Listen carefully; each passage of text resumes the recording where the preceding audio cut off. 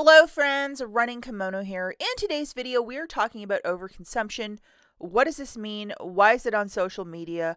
Why are influencers talking about this in such monotone voices about overconsumption?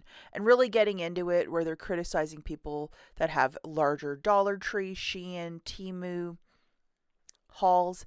They have to just pull them apart, criticize it, and say, this isn't normal. Because you know what? If you look at one of my Dollar General penny hauls, it looks a lot like it, not normal. And they take these liberties to say this isn't normal. They make little videos. They expect you to sit through their videos and their rants. They expect you to follow their pages. And they just criticize at a level I've never seen in such an unkind way. If this brings a person a lot of joy, who are they to say anything? Who's anyone to say anything? If this brings you a lot of joy and this is your collection, that should be fine. And it's only because I have a really large stockpile that, I kind of see the other side of it. I think it's very easy to criticize somebody, but you don't know why they're hauling certain things or they're out shopping or looking for certain things. If you have a billionaire friend with 20 cars down the road, do you go to their house and say, this is overconsumption? Absolutely not.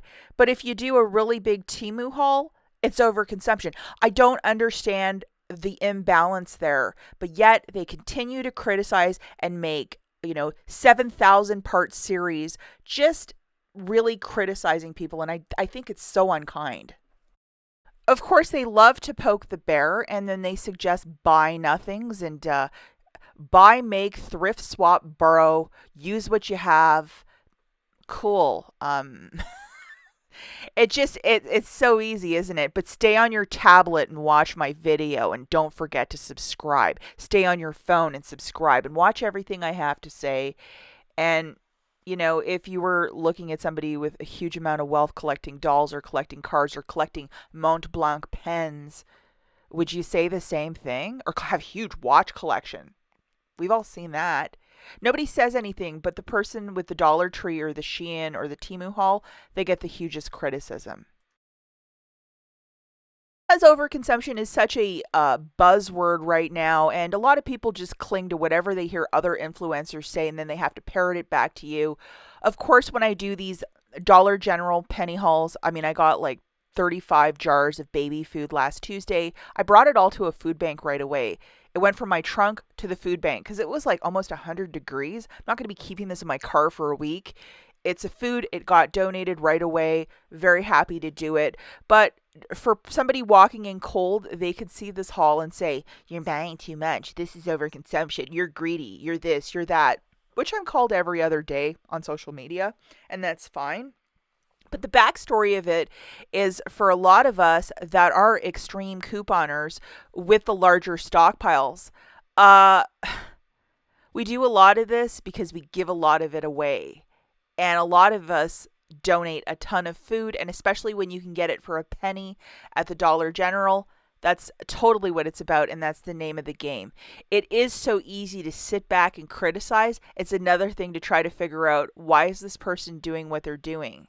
And why does this really anger me? Well, at the core of any extreme couponer is somebody who's prepping. We're getting ready that we will get something when it's a penny because next summer we know these are going to be $4 each. If you camp out, love the outdoors, like to light candles in your house, this is a valuable thing that if you can find it for a penny and there's 12 in the store, you're grabbing all 12. We're not being greedy. It's just the rules over at the Dollar General. And there was a really bad ice storm here last April. I have 3 neighbors that live really close to me. I gave them candles, these lighters, plates, food, anything that was in my stockpile because I was prepared. We had no electricity. We had no internet, no phone, no nothing. So after the second week, things were looking pretty grim. So I made all of my neighbors a bag. Did I record a video? Did I give myself a atta girl? No, I just did it because it was the right thing to do, and these lighters were part of it. If I had to run out to the store and buy, $12 of this, I couldn't afford to do it. But because I penny shop, I absolutely did. And I had this lady message me on a short that I did hauling these lighters, where she was like, "Hey, you're greedy." And I just explained to her that the ice storm, we were out of everything for 3 weeks, and my neighbors, everybody got candles and this lighter, and I also gave them stuff like paper plates and so on and so forth. She actually saw my point of view, and she turned it around and said, "Hey, that was a really thoughtful thing." And this is rare when somebody will see your side of it. And just because somebody is couponing or shopping at an extreme or a level that you do not understand, it doesn't mean that it's wrong. And I think criticizing somebody that's doing this, it's not right or okay or cool. And just because you have a beautiful garage to put 12 cars, is that overconsumption? These influencers that are recording the video, and then the background, they have a bunch of plants, or they have a bunch of like knickknacks. Is that overconsumption? Because I would think that you'd have to live a minimalist life if you're going to walk the walk to this and monetize all these videos for millions and millions of views. Fair is fair, isn't it? I just think it's such an unkind way to be. And before you criticize and, point fingers and say you're doing this wrong and you're greedy and you're this and you're that, there's another side to the story. And a lot of us that prep, extreme coupon, well, we're the most generous people you'll ever meet. That's it for this video. Be kind. Bye, guys.